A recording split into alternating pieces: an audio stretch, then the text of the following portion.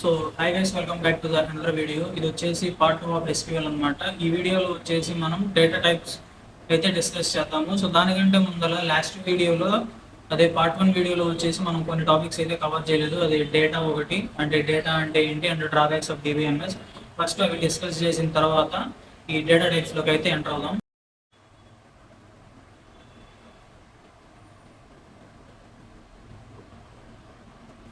Okay, topic life అయితే వెళ్ళిపోదాం. అసలు ఫస్ట్ డేటా అంటే ఏంది? డేటా అంటే ఒక రా ఇన్ఫర్మేషన్. ఆ రా ఇన్ఫర్మేషన్ని మనం స్టోర్ చేయాలంటే స్టోర్ చేయలేం. ఎందుకంటే ఆర్డీబీఎంఎస్లో డేటాని స్టోర్ చేయాలంటే ఖచ్చితంగా దానికి ఒక స్ట్రక్చర్ అనేది ఉండాలి. ఆ స్ట్రక్చర్ని మనం ఇవ్వాలంటే ఆ స్ట్రక్చర్ని డేటా టైప్స్ ద్వారానే మనం ఒక ఫార్మేట్ని అయితే తయారు చేయగలం. సో ఫస్ట్ డేటా అంటే ఏందని చూసి దాని తర్వాత డేటా టైప్స్ అయితే డిస్కస్ చేద్దాం.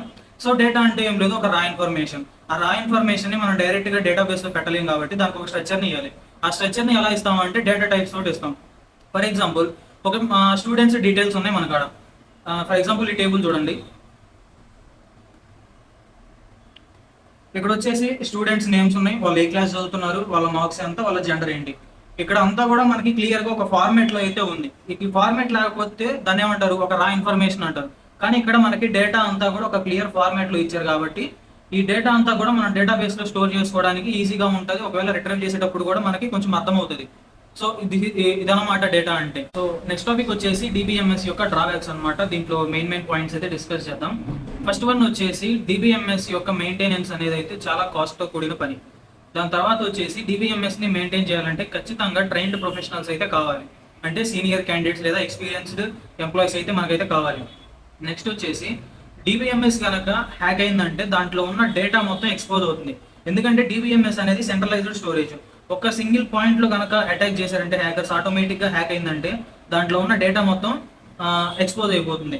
నెక్స్ట్ వన్ వచ్చేసి డిబిఎంఎస్ కనుక చిన్న ఫెయిల్యూర్ ఇంపాక్ట్ ఉన్నా కానీ అది వచ్చేసి టోటల్ ఎంటైర్ సిస్టమ్ మీద అయితే పడుతుంది. సో ఇదనమాట మెయిన్గా డిబిఎంఎస్లో ఉన్న డ్రాబ్యాక్స్ వచ్చేసి. సో నెక్స్ట్ టాపిక్ వచ్చేసి డేటా టైప్స్ అనమాట. డేటా టైప్స్, సో ఆల్రెడీ ఇందాకలా డేటా గురించి డిస్కస్ చేసినప్పుడే డేటా టైప్స్ దేనికి ఉపయోగిస్తాం, వాటి వల్ల ఉపయోగాలు ఏంటనేది అయితే డిస్కస్ చేసాం. సో అసలు మెయిన్గా మనకున్న డేటా టైప్స్ వచ్చేసి 6 అనమాట. ఈ 6 కాదు, ఇంకా డేటా టైప్స్ చాలా ఉన్నాయి. సో ఇక్కడ ఉన్నాయి కదా, numeric, binary, string, Boolean, day to time, special, ఇవన్నీ అనమాట డేటా టైప్స్. కానీ మనం మెయిన్గా యూజ్ చేసేది ఈ 6 డేటా టైప్స్ అనమాట ఎస్క్యూఎల్లో. Character, varchar two, number, date, time stamp, large object. So ఇవి ఒక్కొక్కటి అయితే డిస్కస్ చేద్దాం. నెక్స్ట్ వన్ వచ్చేసి అయితే క్యారెక్టర్ డేటా టైప్ అనమాట.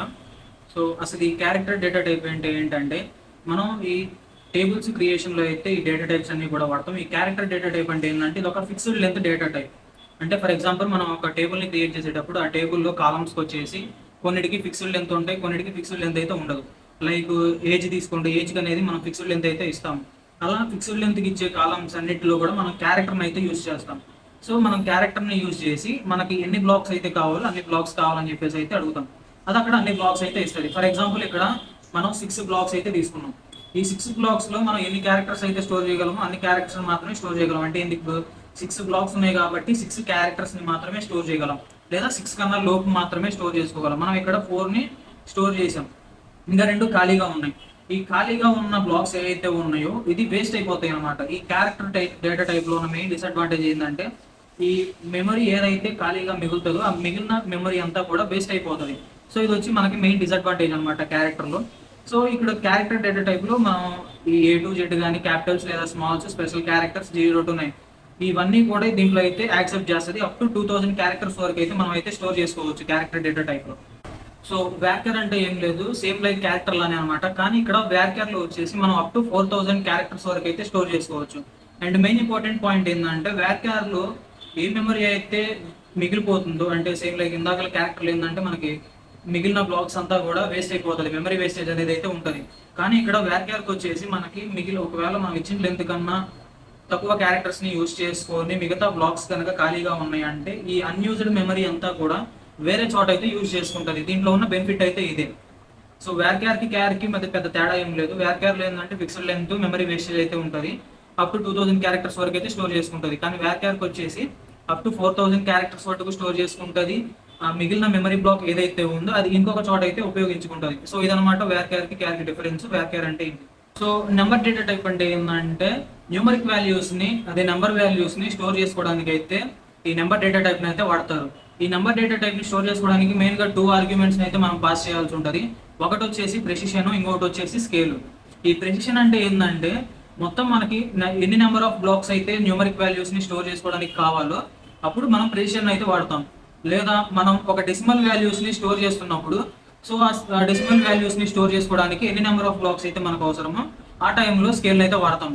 సో ఇదనమాట మెయిన్ ఈ 2 ఆర్గ్యుమెంట్స్ అయితే వాడతాము నెంబర్ డేటా టైప్ లో. నెక్స్ట్ వన్ వచ్చేసి డేట్ అనమాట. సో డేట్ ని స్టోర్ చేసుకోవడానికి డేటా టైప్ అయితే వాడతాము.